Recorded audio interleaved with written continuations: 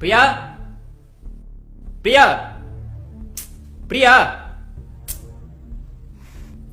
வீட்டுல லைட் கூட போடாம என்ன பண்ணிட்டு இருக்க?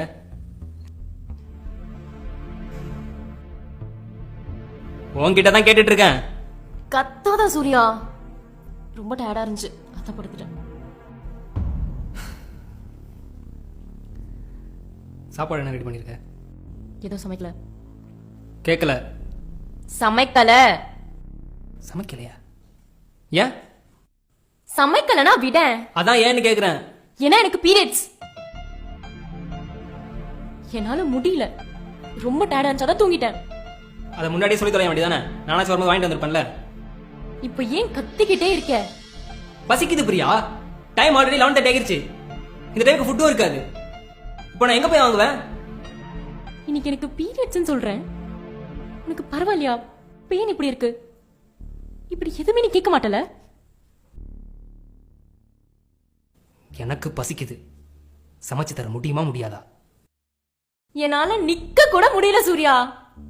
சமைக்கலாம், அட்லீஸ்ட் ஒரு கால் பண்ணி சொல்ல வேண்டியதானே? கால் பண்ண என்ன குறைஞ்சா பெறுவ? மறந்துட்டேன்டா. ஏன் இப்படி கொஞ்சம் கூட புரிஞ்சுக்காம பேசுற? இதுல புரிஞ்சுக்க என்ன இருக்கு? மாசம் மாசம் வராது தானே?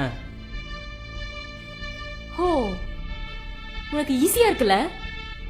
அவனுக்கு வந்தா தானே அந்த வழி தெரியும். ஹலோ, பீரியட்ஸ்லாம் இப்போ நார்மல் ஆகிருச்சு, ஓகேவா?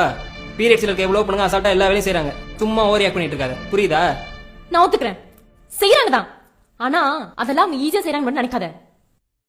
பாவம், அவங்க எல்லாம் அவ்வளவு பெயினை பொறுத்துக்கிட்டு எல்லா வேலையும் பாக்குறாங்க. உங்களுக்குலாம் சொன்னாலும் புரியாது, புரிஞ்சுக்க மாட்டீங்க. ஆமா, புரிஞ்சுக்க மாட்டேனா? பீரியட்ஸ் டைம்ல கேர்ள்ஸுக்கு தான் ரொம்ப கோவம் வரும். நான் ரொம்ப பொறுமையா பேசிட்டு இருக்கேன் சூர்யா. இப்ப எதுக்கு எது சொன்னாலும் எரிஞ்சு விழற? நீ என்ன கேரிங்கா பாத்துக்கலாம் கூட பரவாயில்ல, தயவு செஞ்சு டிஸ்டர்ப் பண்ணாம இரு சூர்யா, ப்ளீஸ். டிஸ்டர்பா?